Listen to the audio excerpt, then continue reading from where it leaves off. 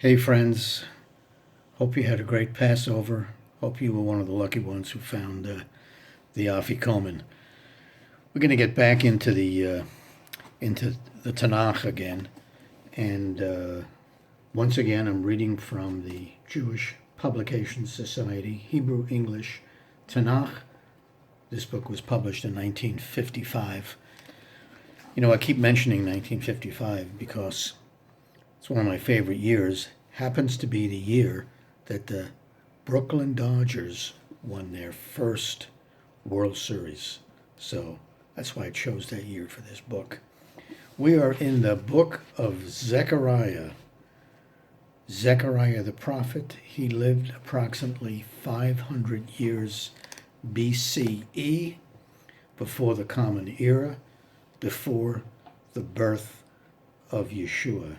It's an unbelievable prophecy that he gave, and we're going to get into that right now. I am starting in verse 8 of the 12th chapter of the book of Zechariah. It reads like this: In that day shall the Lord defend the inhabitants of Jerusalem, and he that stumbles among them at that day shall be as David, and the house of David shall be as a godlike being, as the angel of the Lord before them. And it shall come to pass in that day that I will seek to destroy all the nations that come against Jerusalem. I want you to understand that it's obvious so far that this is God speaking. He is going to seek to destroy all the nations that come against Jerusalem. He's obviously talking about a time way into the future, like maybe now.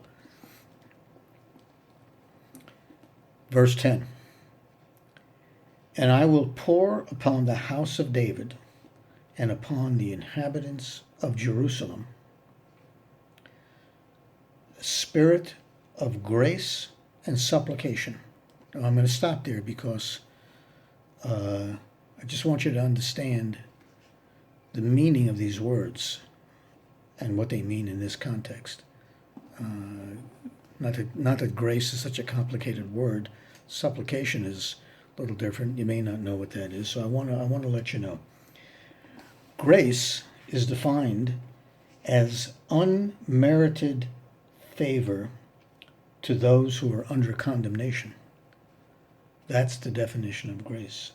Somebody or something that is undeserving. Unmerited favor to those who are under condemnation.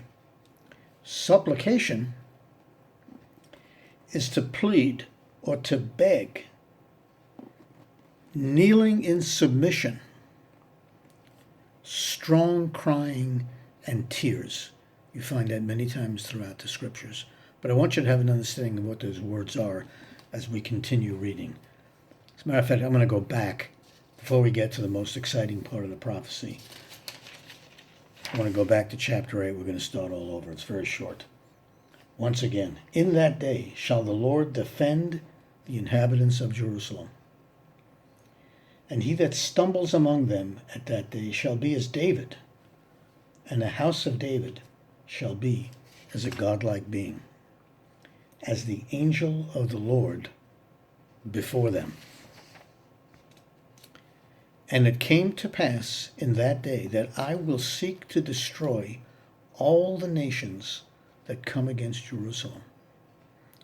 And I will pour upon the house of David and upon the inhabitants of Jerusalem the spirit of grace and supplication.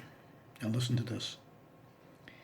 And they shall look upon me, whom they have pierced, and they shall mourn for him as one mourns for his only son, and shall grieve bitterly for him as one that grieves for his firstborn.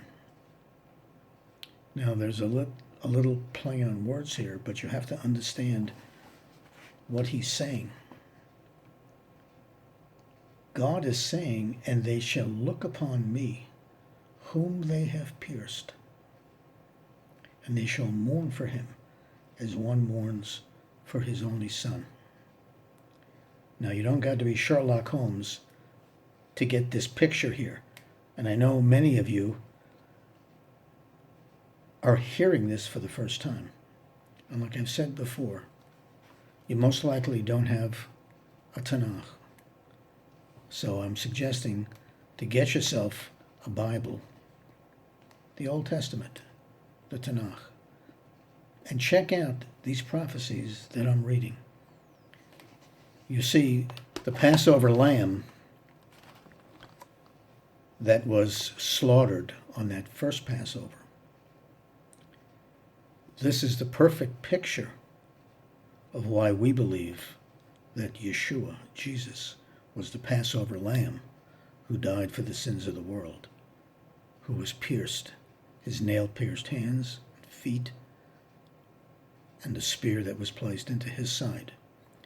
The Passover is the perfect picture of the Passover lamb that was sacrificed for us. I'll leave you with that. Shorter version this time. Once again, that's the book of Zechariah, Old Testament prophet. Check it out. I'll catch you next time. Have a great week.